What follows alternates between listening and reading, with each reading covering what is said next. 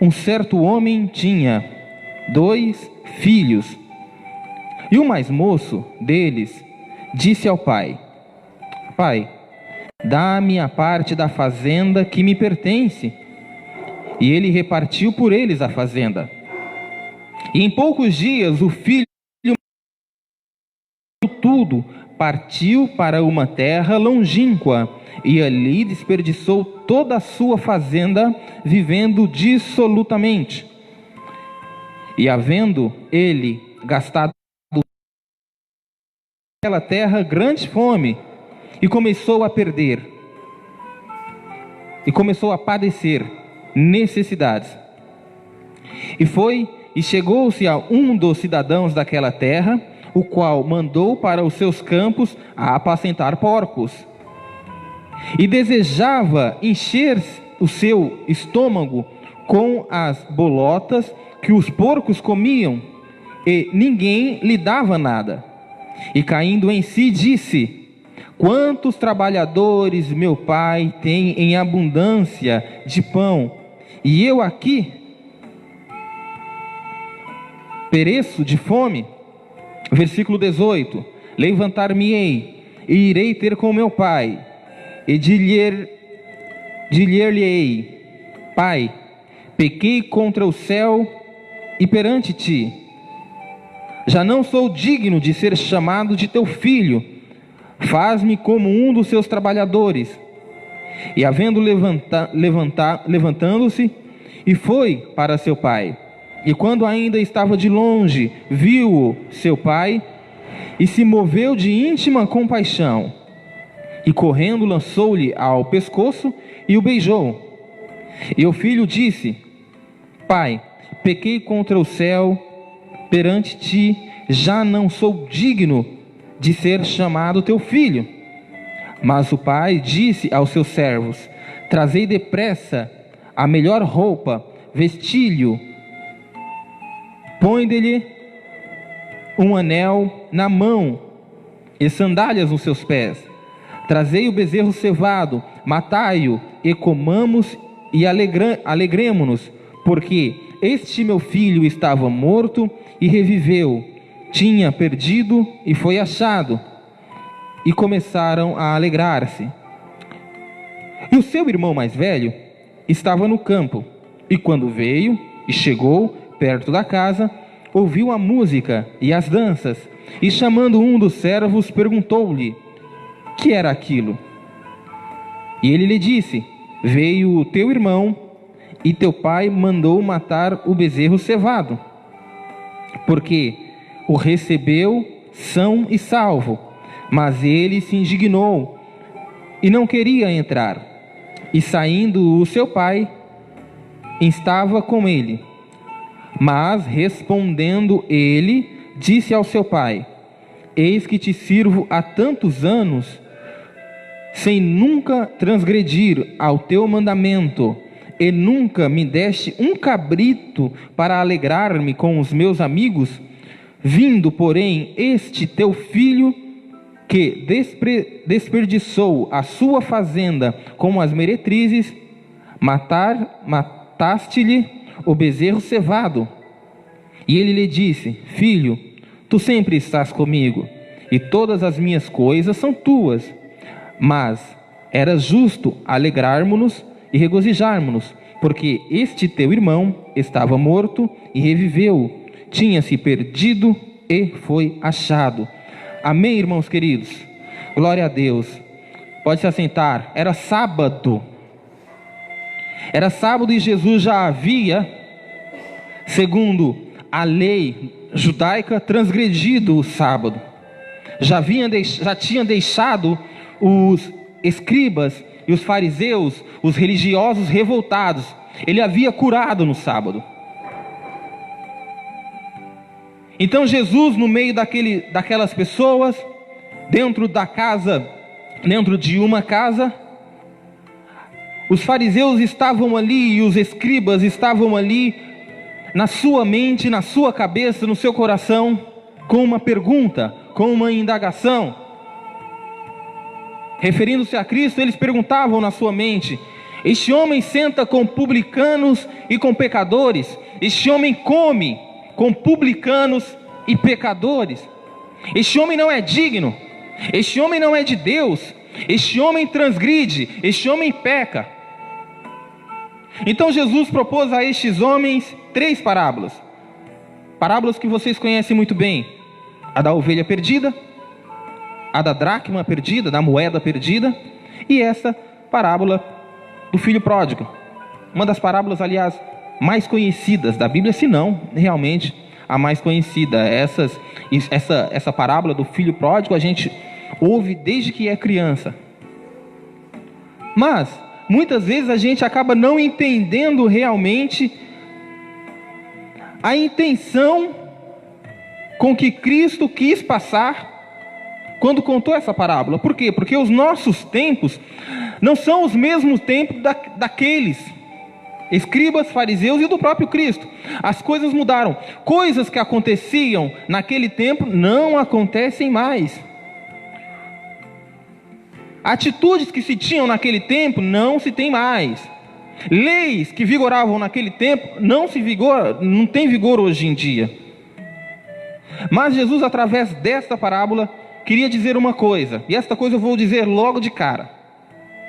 Queria mostrar para os fariseus que estavam enciumados que o reino de Deus não era só para eles, ou não era deles exatamente. Queria mostrar que Cristo vinha buscar e salvar o que havia se perdido. O Filho do Homem veio buscar e salvar o que havia se perdido. Jesus estava tentando ensinar para aqueles fariseus, para aqueles escribas, para aqueles religiosos isso, e nada mais. Mas dentro deste ensinamento a gente consegue ver aqui na Bíblia algumas implicações com que nós podemos aprender muitas coisas. E apesar do tempo ter passado, apesar de nós estarmos a 2000 anos de diferença de quando isso aconteceu, tem muita coisa mesmo que dá para a gente aprender. As leis mudaram, as atitudes mudaram, o intelecto da gente mudou, mas sabe o que não mudou? O meu e o seu coração. Na verdade, o coração de muitas pessoas continua igual o coração daqueles fariseus, daqueles escribas. E o coração de muitas pessoas continua igual o coração daquele filho pródigo. O coração de muitas pessoas continua igual o coração daquele filho mais velho. Com esse pensamento, eu gostaria de meditar sobre 3 pontos com vocês. Como Deus é conosco. Primeiro, como nosso Pai é conosco. Segundo, como somos e como devemos ser com Deus. Terceiro, como somos e como devemos ser com os nossos irmãos. Isso daqui a gente vai conseguir tirar tudo nessa parábola. Veja, acompanhe comigo. No versículo 11, diz que um homem tinha 2 filhos. 2 filhos. Essa parábola, irmãos, é o que se chama de alegoria. Esses 2 filhos são 2 tipos de pessoas. Aqueles que acreditam que são salvos, estão salvos e são salvos pelos méritos próprios. E aquele outro que sabe que depende simplesmente de Jesus Cristo. Lei e graça. São esses 2 filhos. No versículo 12, diz o seguinte: o mais moço disse ao seu pai: Pai, dá-me parte da fazenda que me pertence. E ele repartiu por eles a fazenda. Veja, lá em Deuteronômio diz como que é feita essa divisão. Eu não vou lembrar o trecho de Deuteronômio, mas eu acredito que Deuteronômio 21 vai falar como que funcionava essa divisão. Isso daí realmente acontecia. Vocês vão se lembrar que Jacó tentou pegar a bênção, tentou pegar a herança de quem? Do seu irmão Esaú. Porque o pai abençoava o filho e dava-lhe a parte da sua bênção. Mas quando isso acontecia? Quando o pai estava prestes a morrer. Quando o pai estava nas últimas, quando o pai sabia que ia morrer, ele dividia. Então ele dividia, quando tinha 2 filhos, em 3 terços. 1 terço ia para o filho mais novo, 2 terços para o filho mais velho.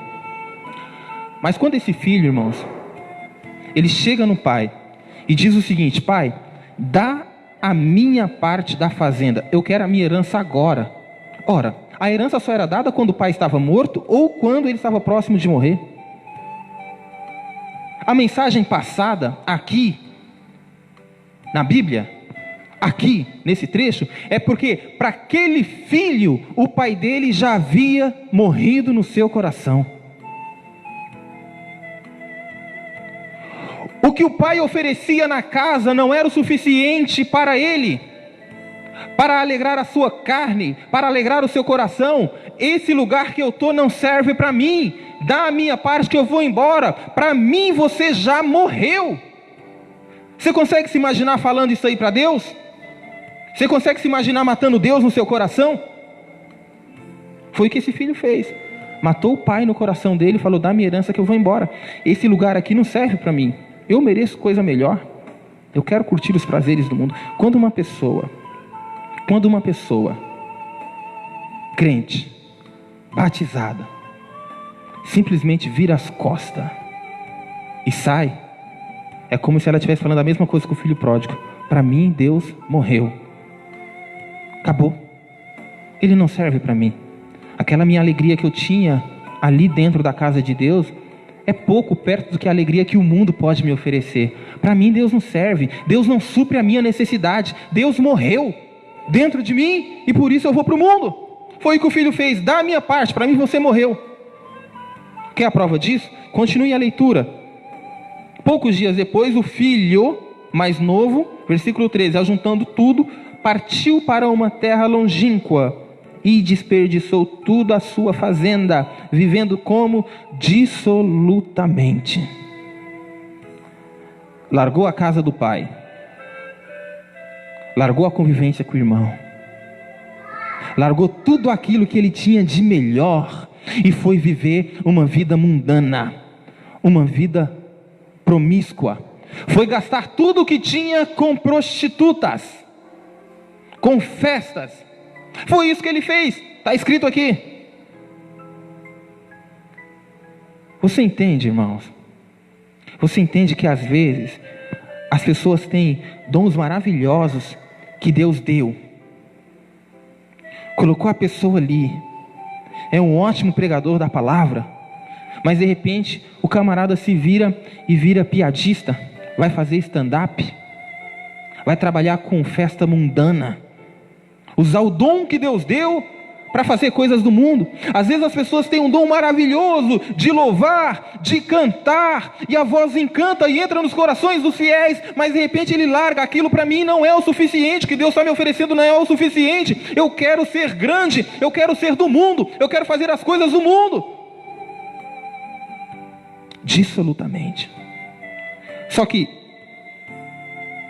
a palavra diz aqui que algumas coisas estão no nosso controle. A grande verdade é essa: você tem o livre-arbítrio de ir ou não ir. No entanto, tem algumas coisas que fogem do seu controle. Veja, confira comigo, versículo 14: havendo ele gastado tudo, houve naquela terra grande fome. Ele não contava com isso? Ele não contava com isso? Ele não contava que saindo da casa do pai, assim que ele pisasse fora da casa do pai, ele ia passar por necessidade, ele ia passar fome, ele ia ficar sozinho. O pastor estava falando aqui entre os louvores que algumas pessoas estão desanimadas, algumas pessoas largaram. Tem muita gente que não estava contando com essa pandemia, pastor. Ah não, vou dar só uma fugidinha, vou sair, depois eu volto para a igreja. Só que agora não pode vir para a igreja, a pessoa perdeu a força e está vivendo com fome da palavra, está vivendo na miséria. Foi o que esse rapaz fez, largou tudo, só que ele não contava com isso, não contava que ia ter fome. Tem gente que não contava com essa pandemia.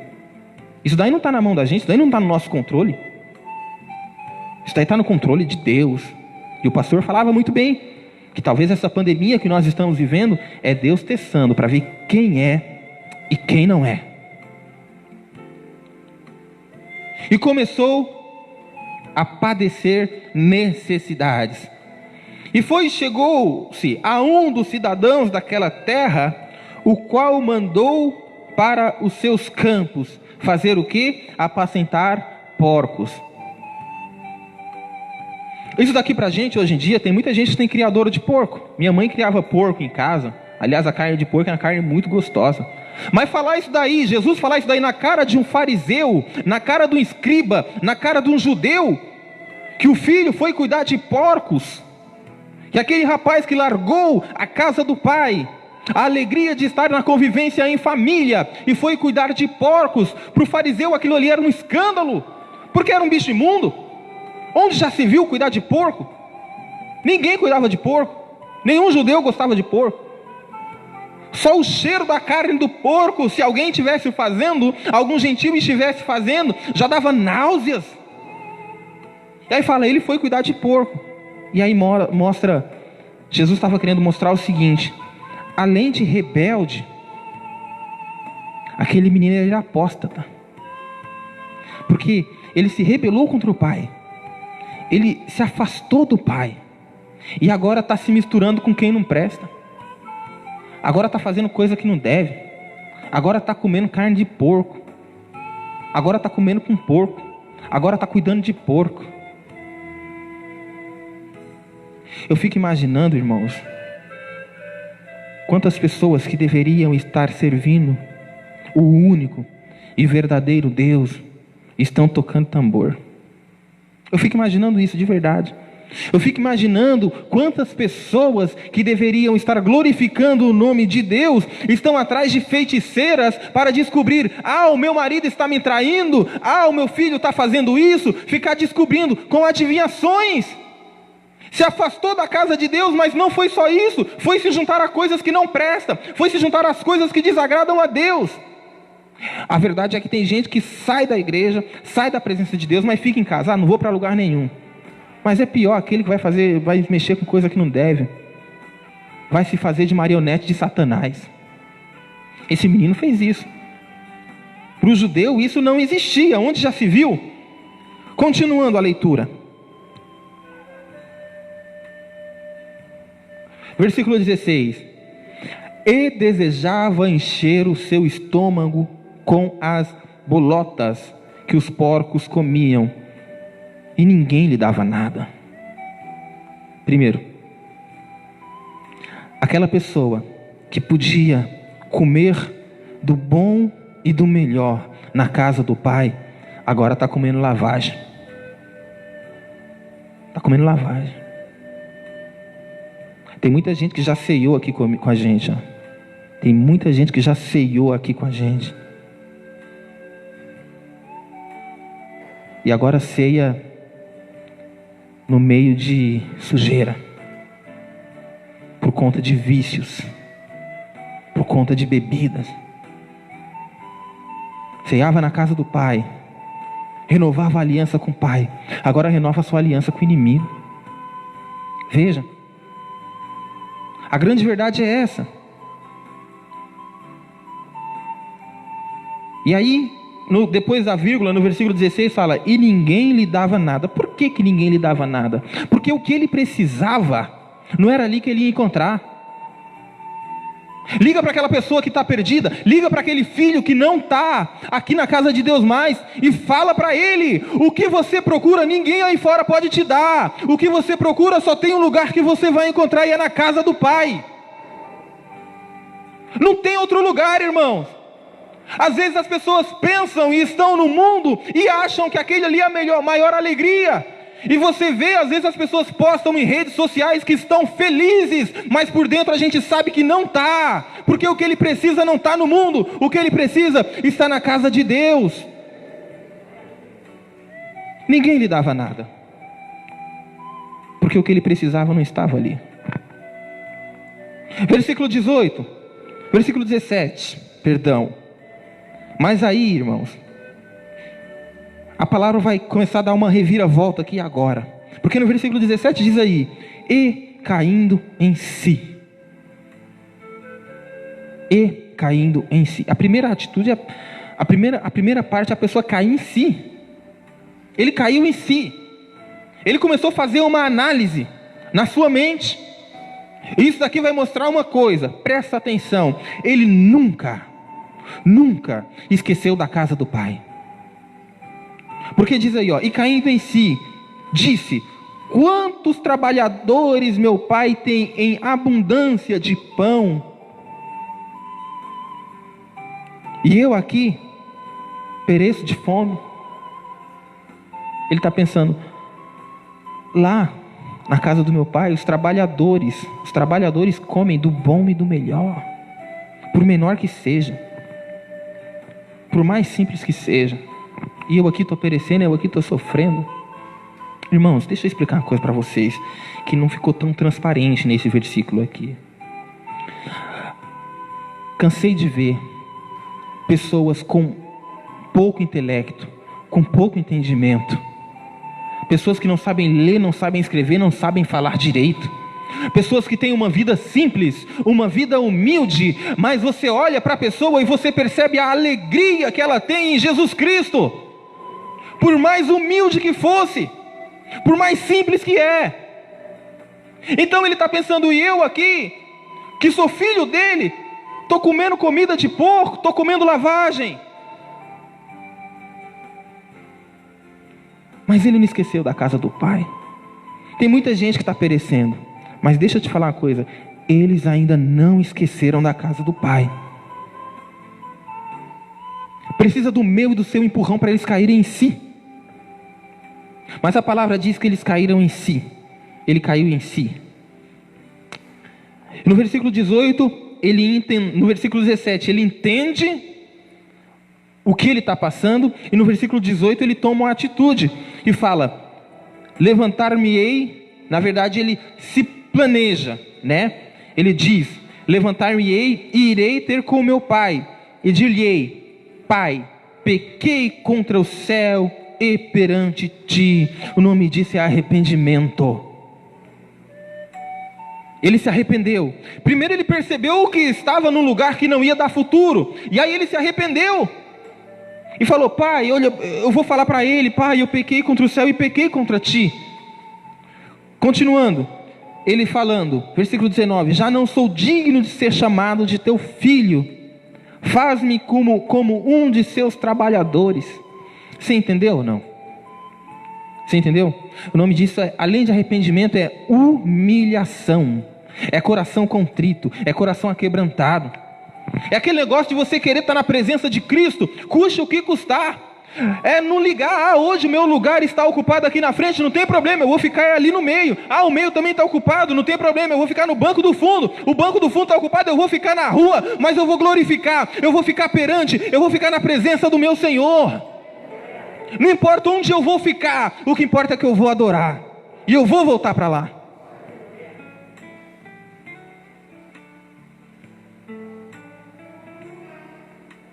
Versículo 20. Tomou a atitude e levantou-se e foi para a casa do seu pai. E quando ainda estava de longe, viu o seu pai e se moveu de íntima, viu-o o seu pai e se moveu de íntima compaixão, e correndo lançou-lhe ao pescoço e o beijou. Veja, ele resolveu: vou voltar para a casa do meu pai. Mas ele não tinha chegado ainda.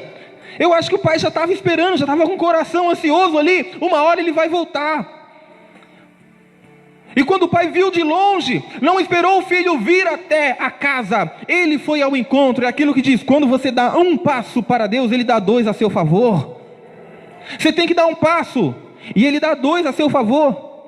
E a cena que vem na minha mente, de um jovem todo mulambento, todo machucado, talvez magro, com fome, sujo. E vem aquele homem, aquele velho, talvez que não consegue nem andar direito mais, junta os seus últimos esforços, se lança, corre em direção do filho, e se lança no pescoço do filho, e o beija. É uma cena que talvez serviria para fazer um quadro, de tão linda que é. Não importa o jeito que vai voltar, o importante é voltar. Não importa o que os outros vão pensar, o importante é voltar. Não importa onde você vai ficar, o importante é voltar. Não importa se você vai ter oportunidade, o importante é voltar para a casa de Deus, o importante é voltar para a presença do Senhor.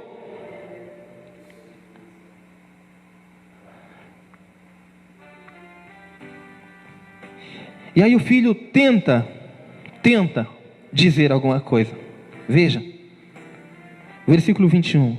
E o filho disse: pai, peguei tudo aquilo que ele tinha premeditado, tudo aquilo que ele tinha colocado na cabeça dele, falou: agora eu vou falar, agora eu vou me humilhar, agora eu vou me colocar lá embaixo, agora eu vou me derramar aos pés dele. Então no versículo 21 ele diz: pai, pequei contra o céu e contra ti, já não sou digno de ser chamado teu filho. Provavelmente ele ia falar na sequência: me trata como qualquer um dos seus trabalhadores aqui, que é o que ele ia falar. Mas o pai disse aos seus servos, não deixou nem o menino terminar de falar, disse aos seus servos: trazei depressa a melhor roupa, veste-lhe e põe-lhe um anel na mão e sandália nos pés. Você presta atenção que ele estava todo mulambento mesmo.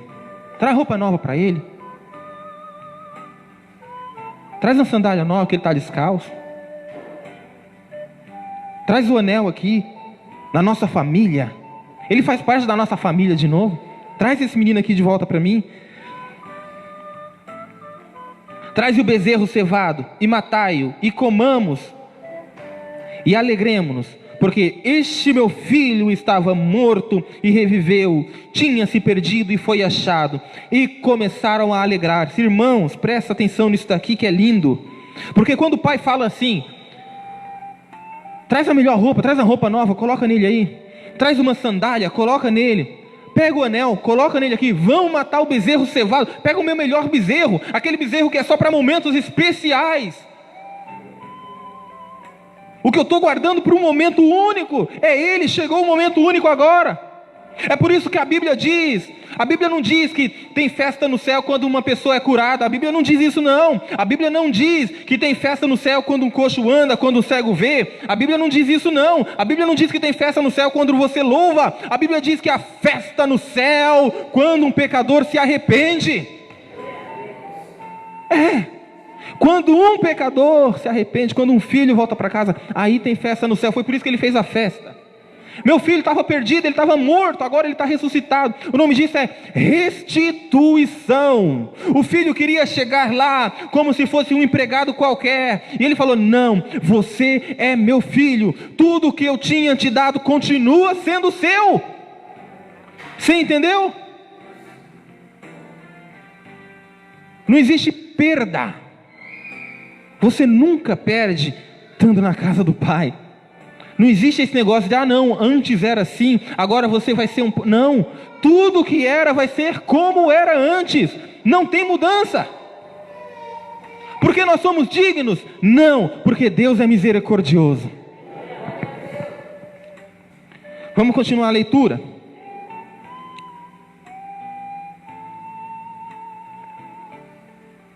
O filho mais velho. E o seu filho mais velho, quando fala filho mais velho, lembra sempre do fariseu e dos escribas, tá? E o filho mais velho estava no campo, estava trabalhando. E quando veio e chegou perto de casa, ouviu a música e as danças. Ou seja, o outro filho está chegando e de longe ele começa a ver aquela alegria toda. Alguma coisa maravilhosa aconteceu. A festa está muito grande, está todo mundo feliz, está muita gente feliz.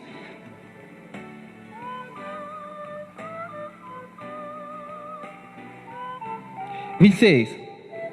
E chamou um dos servos e perguntou-lhe o que era aquilo, né? E ele disse: veio teu irmão. Presta atenção no que o servo disse: veio teu irmão, e teu pai matou o bezerro cevado, porque o recebeu são e salvo. Então o servo conta o que aconteceu. Mas ele se indignou e não queria entrar na casa. e saindo o pai estava com ele, né? O pai insistia, o pai tentava convencê-lo, o pai tentava explicar para ele o que estava acontecendo. Quando chegou o filho mais velho, ele ficou com ciúmes. Ele falou: não é justo, não é justo. Logo ele, que estava no mundão, voltou para cá, agora é toda essa festança por causa dele. Mostra a rebeldia, né? A rebeldia do filho mais velho também. E essa rebeldia ele vai mostrar aqui agora.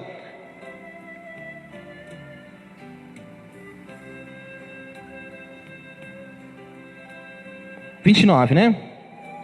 Mas respondendo ele, disse ao seu pai: Eis que te sirvo há tantos anos, sem nunca transgredir teu mandamento, e nunca me deste um cabrito para alegrar-me com os meus amigos, né? Veja, aqui mostra o que o fariseu, o que o escriba, o que o saduceu, mas principalmente o fariseu pensavam. Eles pensavam que eram perfeitos. Eles pensavam que as bênçãos era resultado daquilo que eles produziam, porque eles viviam na lei. Então, se eu fiz, se eu sou perfeito, se eu sou honesto, se eu não peco, nada mais justo que Deus me abençoar constantemente.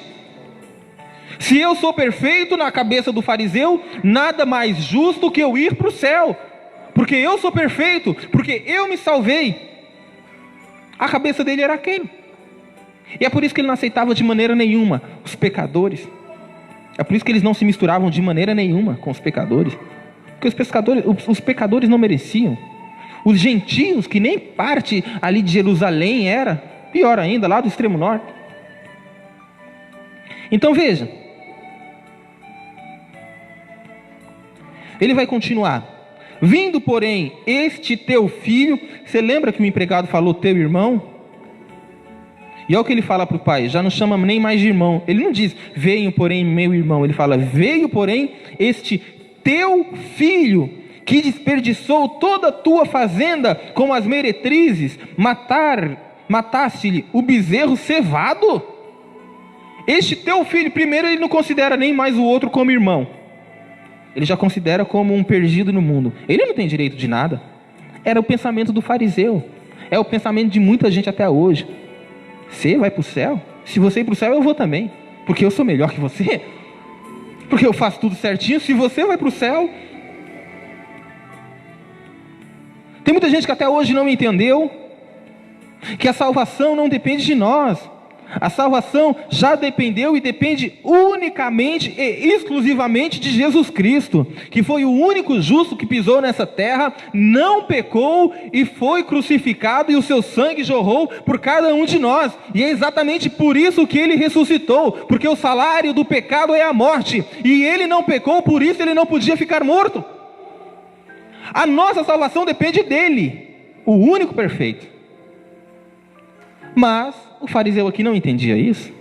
O fariseu entendia que a salvação dependia dele, dependia de quanto ele era perfeito, dependia de quanto ele obedecia à lei. É por isso que ele falou, olha, eu não transgredi nunca a tua lei. Agora vem esse aí que gastou tudo no mundo, esse aí que estava no meio das drogas, esse aí que estava no meio das prostitutas, esse daí que estava no meio de bebida, esse daí que estava fazendo o que queria, do jeito que queria, vem, o senhor pega e abraça de novo, não é justo. A justiça era dele, segundo o fariseu. Mas para aquele que voltou, a justiça não era dele, a justiça era do pai. E é por isso que foi recebido. Mas aí, o pai vai ensinar uma coisa para o fariseu, para o filho mais velho. E disse-lhe o pai, filho, tu sempre estás comigo, e todas as minhas coisas são as tuas coisas. Irmãos, eu não sei se quando Jesus estava falando isso, o fariseu e o escriba entendeu. Porque se ele tivesse entendido, ele tinha dado saltos de alegria. Porque está falando para o fariseu que, olha, o que é meu, também é teu. Você está sempre comigo. Você nunca me deixou. E eu me alegro por isso. E você também vai receber. Mas era justo que alegremos-nos e regozijemo-nos. Porque este teu irmão estava morto e reviveu. tinha se perdido e foi achado. Veja, mas é justo que nos alegremos e nos regozijemos. A alegria e o regozijo, irmãos, a alegria é uma alegria de festa, uma alegria que você está num lugar alegre e você se alegra por aquilo também. Agora, o regozijo é uma alegria que transcende qualquer situação. Como assim? No sentido de, mesmo no meio das dificuldades, mesmo no meio da luta, você se alegrar. Isso é um regozijo, é uma alegria que não depende de você, é uma alegria que depende de Cristo. E aí ele está falando, olha, é justo que a gente se alegre e se regozije, porque seu irmão estava morto e está vivo, estava perdido e foi achado. Vamos ser sinceros, dentro do nosso coração, vamos ser sinceros.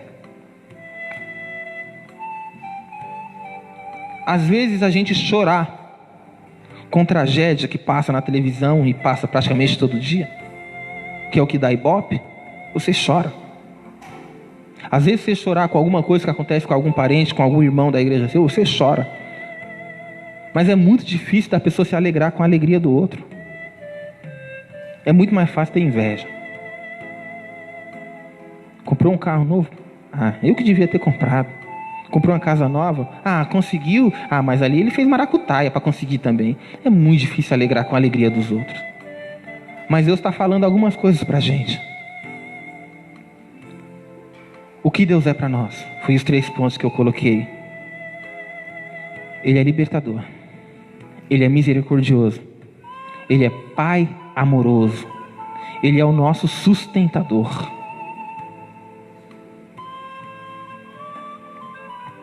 Como nós somos? Foi a segunda coisa que eu falei.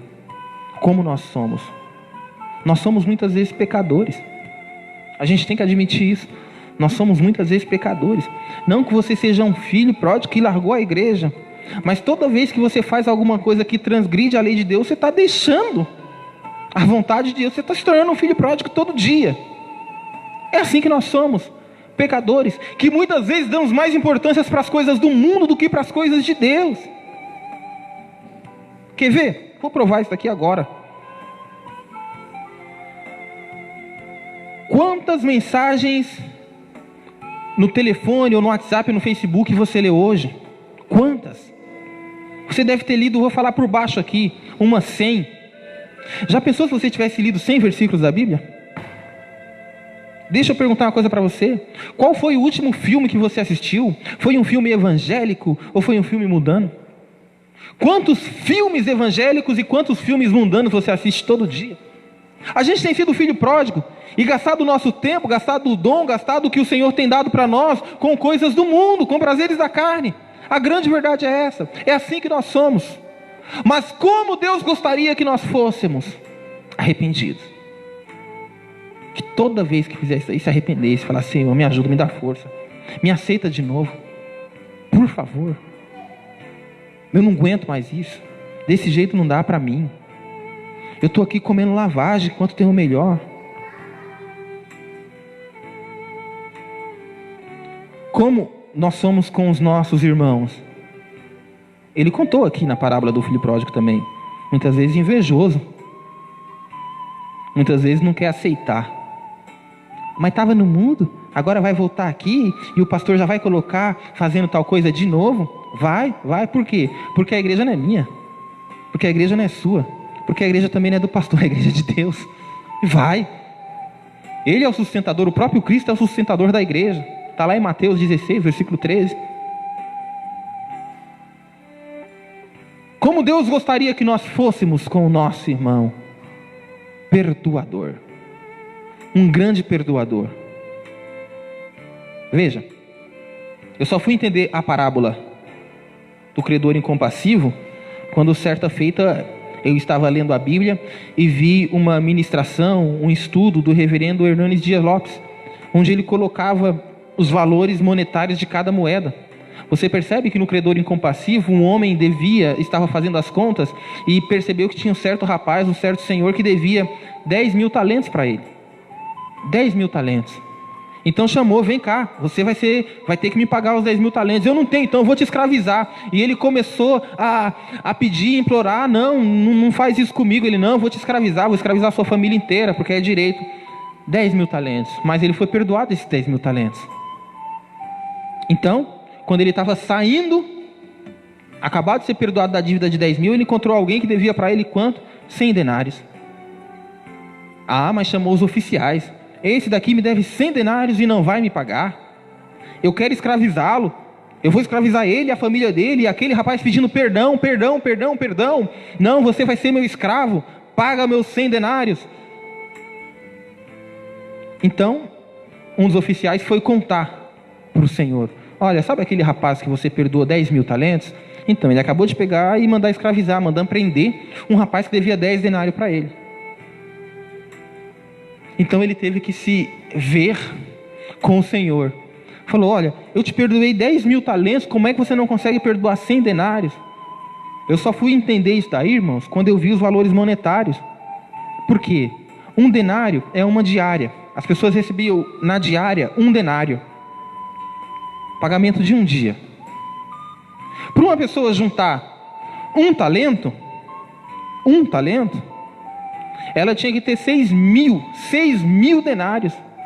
São 6 mil dias trabalhados.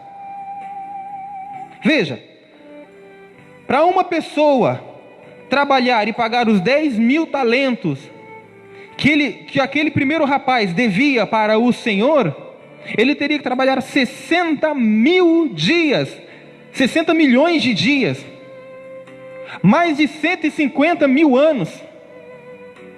Quando que alguém consegue trabalhar para o outro 150 mil anos? Como que alguém consegue pagar uma dívida de 150 mil anos? Nunca. A parábola então ensinava que Deus te perdoou de algo, Cristo te perdoou de algo que você não seria capaz de pagar nunca, por mais que você se esforçasse. Então por que não pedir perdão para o seu irmão? Por que não perdoar o teu irmão? As coisas se tornam banais depois da morte de Cristo. Por quê? Porque a Bíblia nos ensinou aqui que você tem que ser um perdoador. Um perdoador. Tem gente que muda de igreja para não pedir perdão. Tem gente que não senta no mesmo banco para não pedir perdão. Ridículo. A grande verdade é essa. Mas veja, o que Ele espera de nós? Que nós nos alegremos com a alegria do outro. E eu me alegro pela sua vida. Eu me alegro pela sua vida. Apesar de todas as dificuldades, nós estamos aqui, glorificando o nome do Senhor. Apesar de todas as tribulações, apesar de todos os menosprezos do mundo que a gente tem ouvido falar por conta dessa pandemia, o tanto de gente perguntando onde está Deus, eu me alegro pela sua vida porque você não desistiu e porque você está aqui, em nome de Jesus. Agradeço mais uma vez a grande oportunidade, em nome de Jesus.